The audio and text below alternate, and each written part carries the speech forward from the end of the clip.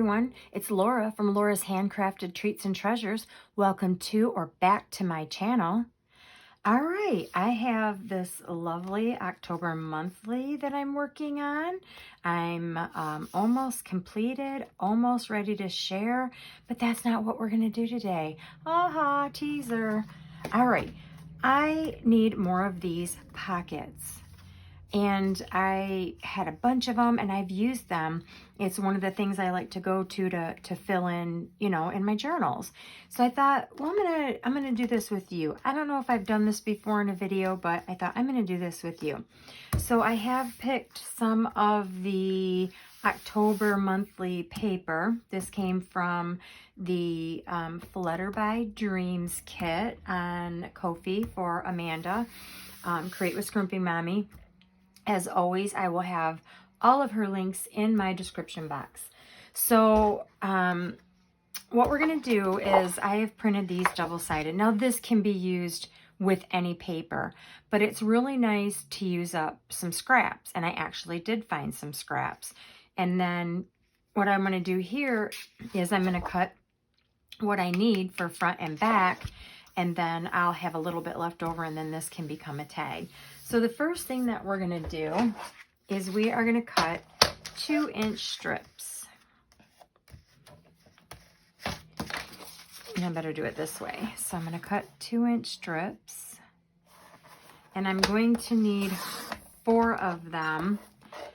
Whether it's I'm using the back or I'm going to be using 2 of these and 2 of something else I find in my stash, I need 2 of them. But I'm just going to go ahead and do it from this paper because that is kind of what I plan to do. So we're going to go ahead and do that. And I know I'm going to need 2 strips of these. And then this measures just over 8. So we're going to go 4 inches. And 4 inches, and then we're going to get the strips that we need. And I'm not really concerned about like what's on the front, except when I cut this, I was mindful that I wanted to do those cuts over here so that these pretty butterflies, I didn't mess those up. And then I'm going to go ahead and cut 4 again, and 4. So you can get probably 2 of these out of just one 8.5 by 11 sheet of paper. Like I said, I'm going to use that for leftover. So I'm going to go ahead and set that aside. And then what I'm going to do is I'm going to pick 2 fronts from what I have here. So I'm going to make these fronts. And then of course I have run it through the back side and used a background paper that I have.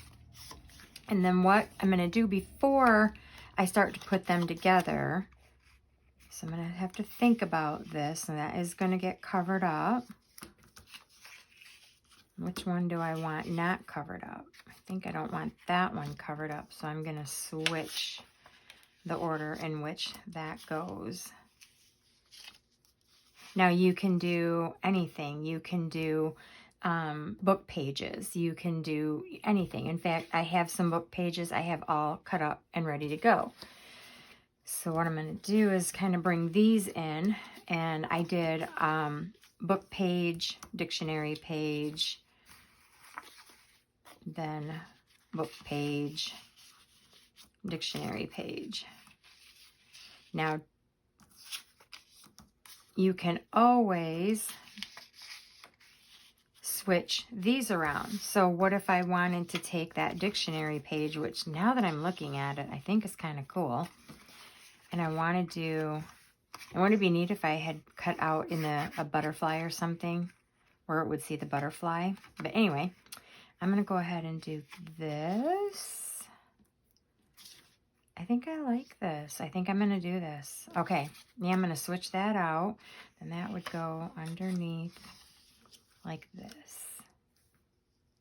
Okay, so like I said, you can use book page, you can use dictionary, you can use all of your scraps. These were some more scraps. I thought I would cut them down and use them. I think these would look good against the book page, and I just have them at the ready. And when I find something that matches, in fact, maybe this one I'll put in my little book I've been building here. which I've just been filling up the pages. So yeah, I might do that with one of these. Okay. And I like to ink mine first. So I'm going to move these aside. I'm going to go with this. And then you can ink all the way around. Sometimes I do, because then I don't have to think about it. And I can just go. But I know, like, I'm going to need this top part because I want this sticking out. And for this one, I'm just using the old paper, which is getting ready to get put away. And I'm going to go back to my vintage photo. I wanted to do something for the October journal. So I know I'm going to need this top part. So I decided, well, let's use old paper because I use vintage photo all the time, except for when I get stuff in grays. That smoky slate one that I have from Stampin' Up! is a big go-to. All right, so this is going to go underneath, so I need to do this bottom part. Do I have that the right way? Oh, I don't think it matters, so I'm going to turn this to see more of this image. Okay. And then that's going to go like this, and I'm going to need this side. So I did a bunch of these one time out of just the book pages, and I'm going to show you how I get this. I don't just use a floppy book page, glue a book page together. I'm just going to show you how I do it. So let me turn that back around, and then this will go like this. Okay, so now at this point you can glue, or you can take this to your sewing machine and sew. So what we're going to do is I'm just going to move this over here. I'm going to take this. The only thing I want to glue is these two corners. That's it, because this is going to be a little pocket. So I don't want to glue this down or that down, because then I won't be able to get what I need, the effect. Well, I suppose I could glue that one down on the back side. And let me see if that's what I did on the other one. Oh, I can't. I put something over top of it. But you definitely want to keep, let me think here. Think for a second. Yeah, you've got to keep these parts open. So I'm just going to move that away. I'm going to kind of line it up. And then what I like to do is I just hold it, and I don't know if you can see that, but I sort of just hold it where it needs to be. And then I just lift it up just a tad and kind of smack dab it down where it's supposed to go. And then, yep, we're good. So then I'm just going to lift this up. I'm going to do along here. Hope my head's not in the way. And then just about here. And then I have those glued down. I'm actually going to grab something to glue on.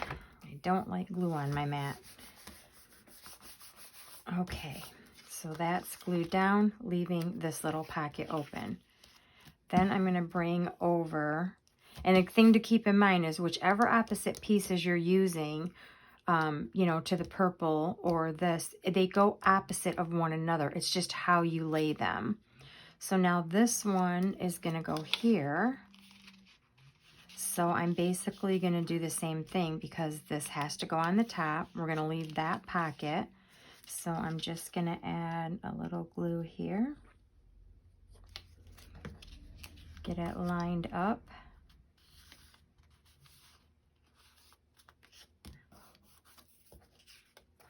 Okay, and then I'm going to lift up this edge, and I'm going to do down here.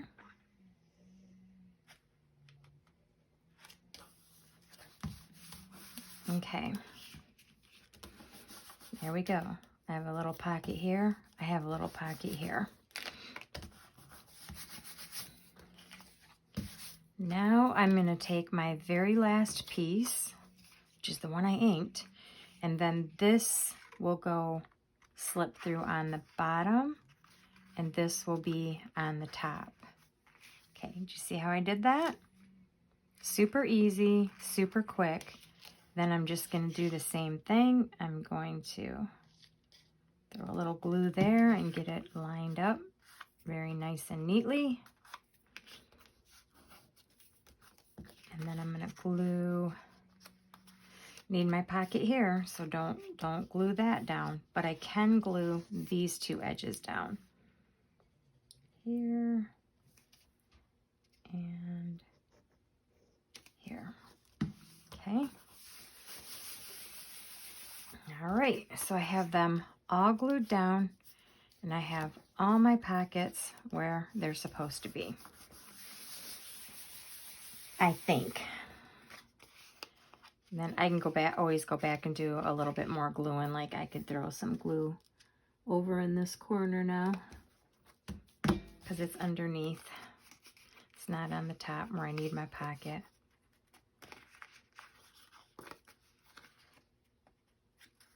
Or did I? I hope I didn't just glue that shut. No. No. All right, let me get one of my little tags here. So I have a pocket here, a pocket here, a pocket here, and a pocket here. No, I did glue that shut. Yep, don't do that. Don't glue that shut. I glued down here a little bit too much. I'm going to open that up a little bit. I didn't really glue it shut. I just glued it a little bit too close to the edges. And then I have a pocket here. So, okay. So there we go. And then when I got done with that, I took the same paper. So let me grab my purple paper. So I did use this more than just the 2 inches, because I'm going to make tags, but I'm only going to make 2 tags out of this because they're going to go this way. So my tags were, let me measure that for you, 3 by, 1 3/8.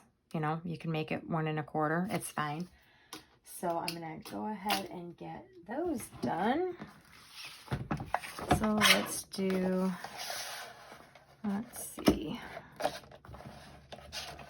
1 3/8. We'll just keep it that way because they seem to fit the pockets. That don't seem wide enough. They seem to fit the pockets. Yeah, that'll work. I'm going to go over just a little bit more. I can always trim them. And then this was 3. Yep, 3.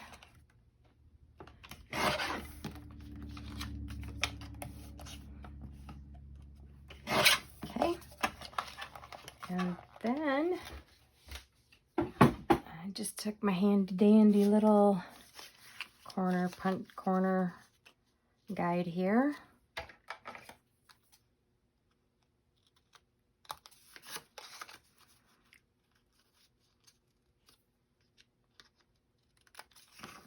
Get each of those ends, make sure I'm doing them the right way. I don't think it matters.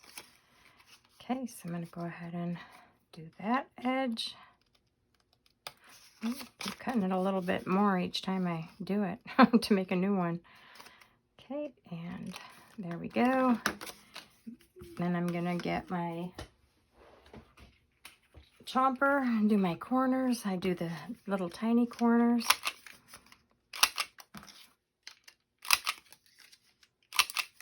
And of course, you probably know where I'm going from here. Get them inked up.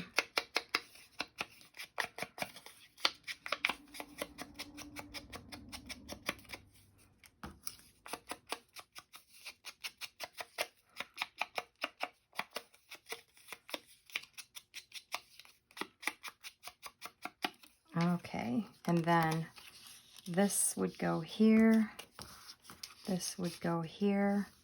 And then I would use either paper, or you can use the back side. Cut more of these if you've done it on both sides. You can just do a solid one there,